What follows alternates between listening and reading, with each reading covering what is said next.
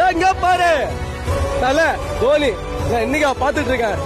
இவனுங்கெல்லாம் local cricket ஆனவங்க 2010ல south Africa போனா என் தலைவன் என்ன பிச்சுன்னு தெரியாது ஏதும் தெரியாது. ஃபர்ஸ்ட் மேட்ச் யாரு தெரியுமா? New Zealand team central district full டீமை கூப்பிட்டு வர்றான். புரியுதுங்களா? அடிக்கிறான் அங்கேயே முடிச்சுட்டு அடுத்த மேட்ச் யாருக்கு தெரியுமா? வயாபா ஜெயவர்தனே ஸ்ரீலங்கா டீம் கூப்பிட்டு வர்றான். இதெல்லாம் டோர்னமெண்ட் டீம் CL T20 சில தற்கூரிகளா தெரியாது. அதே அடிக்கிறான். மூணாவது மேட்ச் விக்டோரியா கூட ஃபுல் ஆஸ்திரேலியாவுக்கு போயிடு ஆரியன் பிடிச்சி கேப்டன் ரொம்ப கஷ்டம் டிராப் பண்ணோம். சூப்பர் ஓவர் போய் தோத்தோம். நாலாவது மேட்ச் யார் தெரியுமா? வாரியர்ஸ் சவுத் ஆப்பிரிக்கா டீம் அவனையும் அடிச்சோம். ஆனா வாரியர்ஸ் என்ன பண்ண தெரியுமா? ஏமன்ல நான் தான் ஜெயிப்பிட்டு உண்மையிலே போயிட்டு டஃப்பான டீம் சவுத் ஆஸ்திரேலியா ஜெயிச்சு திரும்ப வந்து ஃபைனல் நிக்கிறாங்கல்ல. விடுவோமா? நானு ஒரே ஒரு 132 ரன் வச்சு மண்ணக்க வச்சேன். சவுத் ஆப்பிரிக்காவிலே போய் என் தலைவன் கப்ப தூக்கிட்டு வந்தான். உள்ளூர் கப்பு இல்ல வெளியூர் கப்பு பார்த்தா அன்னைக்கு எழுத ஆரம்பிச்சான் சவுத் ஆப்பிரிக்காக்காரன் ஆஸ்திரேலியாக்காரன். டேய் இவன் பெரிய ஆள் போனதுடா. டேய் என்ன கப்பு பார்த்து பார்த்து பார்த்து எங்க பிரான்ஸுக்கு அடடே கப்பு